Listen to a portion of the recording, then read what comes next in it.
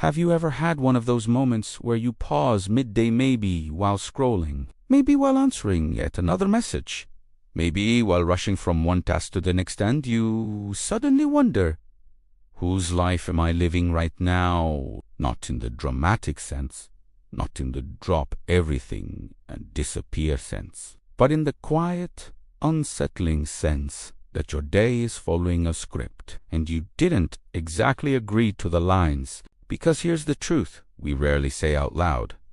Most of what we call normal is not natural. It's narrated. And the narrator isn't always you. One, the invisible stories running your life. Every society runs on stories, not just bedtime stories or movies or news headline stories, as in frameworks, mental templates, unspoken rules. Stories like, if you're busy, you're valuable. If you're not improving, you're falling behind. If they don't approve, you should be worried. If you're not constantly reachable, you're irresponsible. If your life looks ordinary, you're missing out. These aren't facts. They're narratives. And here's the most powerful part. A narrative doesn't need to be true to be effective. It only needs to be repeated until it feels inevitable. A narrative doesn't ask your permission. It just quietly installs itself. And once it's installed, it shapes what you notice, what you fear, what you chase, and what you ignore. It shapes what you call success. It shapes what you call failure. It shapes what you call enough. To daily realities, not just what happens, it's what you interpret. Think about your average day. Same phone, same city, same calendar. But your experience can be completely different depending on the story running in your mind. If your story says, I'm behind, then every moment becomes pressure. If your story says, I have to prove myself, then rest feels like guilt. If your story says, I'm not doing enough, then progress feels invisible. And if your story says, I need to be chosen, then your mood depends on other people's attention. This is what makes narratives so powerful. They don't just tell you what the world is. They tell you what you are inside that world. And when you believe a story about yourself long enough, you don't just live it. You defend it. You organize your life around it. You make decisions to keep it alive, even when it hurts. 3. The most dangerous narratives don't sound like lies. The most dangerous societal narratives aren't obvious. They don't show up wearing a villain costume. They show up as common sense. They show up as, that's just how it works. Be realistic. Everyone knows that. Don't overthink it. And the moment you hear, don't overthink it, something inside you should wake up. Because overthinking isn't the real threat. Under questioning is, when you don't question a narrative, it becomes your default operating system. And then your life becomes a series of automatic reactions. You buy things to feel worthy. You stay quiet to stay safe.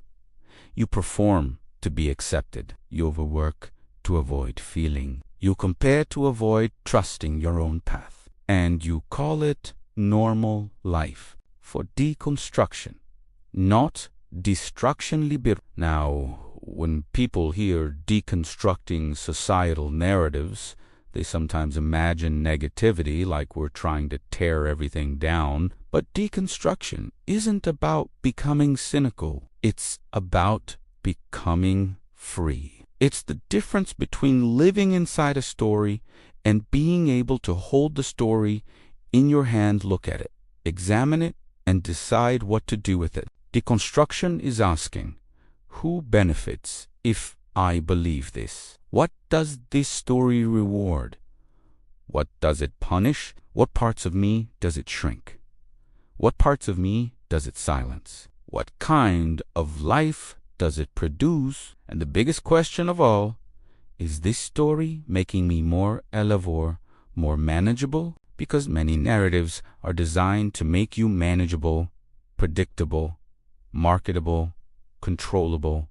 A person who is constantly insecure is easy to sell to. A person who is constantly exhausted is easy to lead. A person who is constantly comparing is easy to manipulate. 3 narratives to notice today. Let's make this practical. Here are 3 narratives you can start noticing immediacy today right after this video. Narrative number 1. Your worth is your output. If your worth equals productivity, then your body becomes a machine and your soul becomes a checklist. But you weren't born to be a spreadsheet.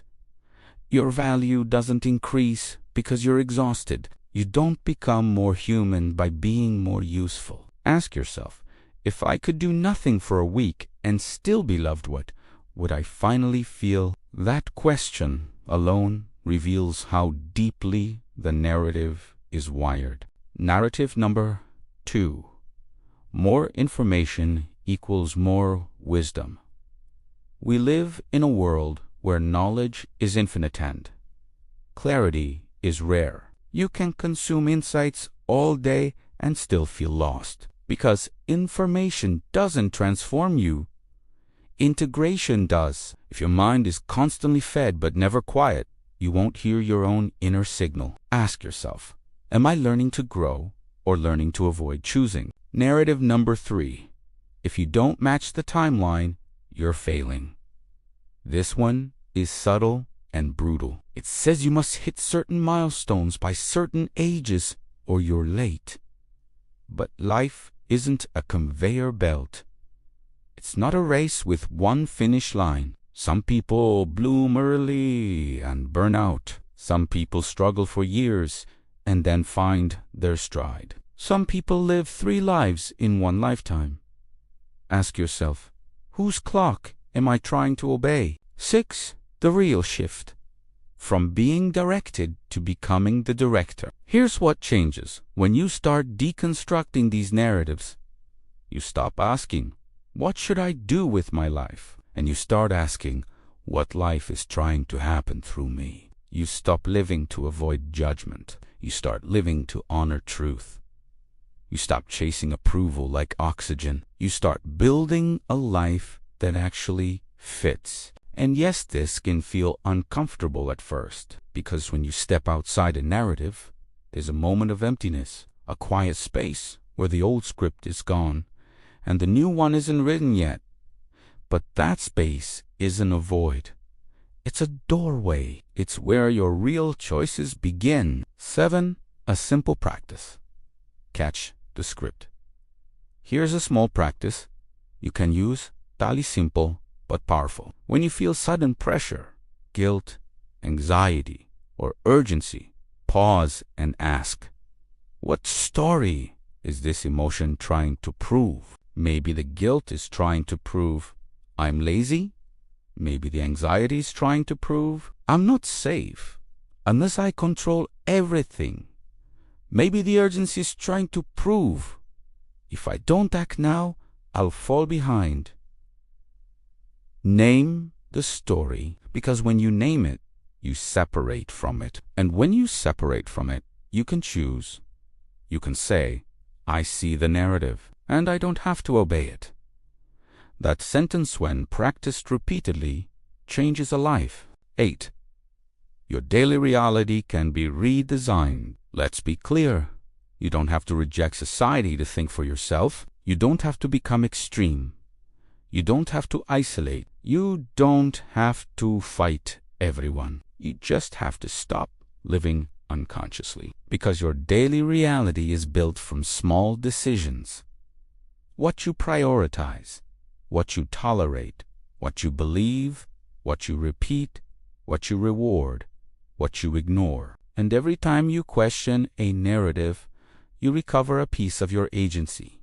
You become less programmable. You become harder to manipulate. You become more you. Closing the invitation. So here's my invitation to you. For the next 24 hours, Don't try to change your whole life.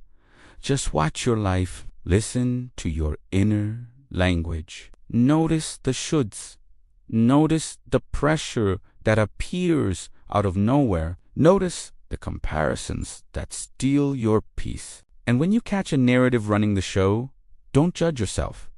Just ask, is this story true? Is it helpful? Is it mine? Because the moment you start asking better questions, your reality starts giving better answers. If this sparked something in you, do 3 things right now. 1, subscribe to the channel because we're going deeper into these hidden forces that shape how we think, feel, and live. 2, comment below. What's one societal narrative you're ready to question? 3, and if you want to support this message, like the video and share it with someone who's been feeling stuck in a script they didn't choose. See you in the next one.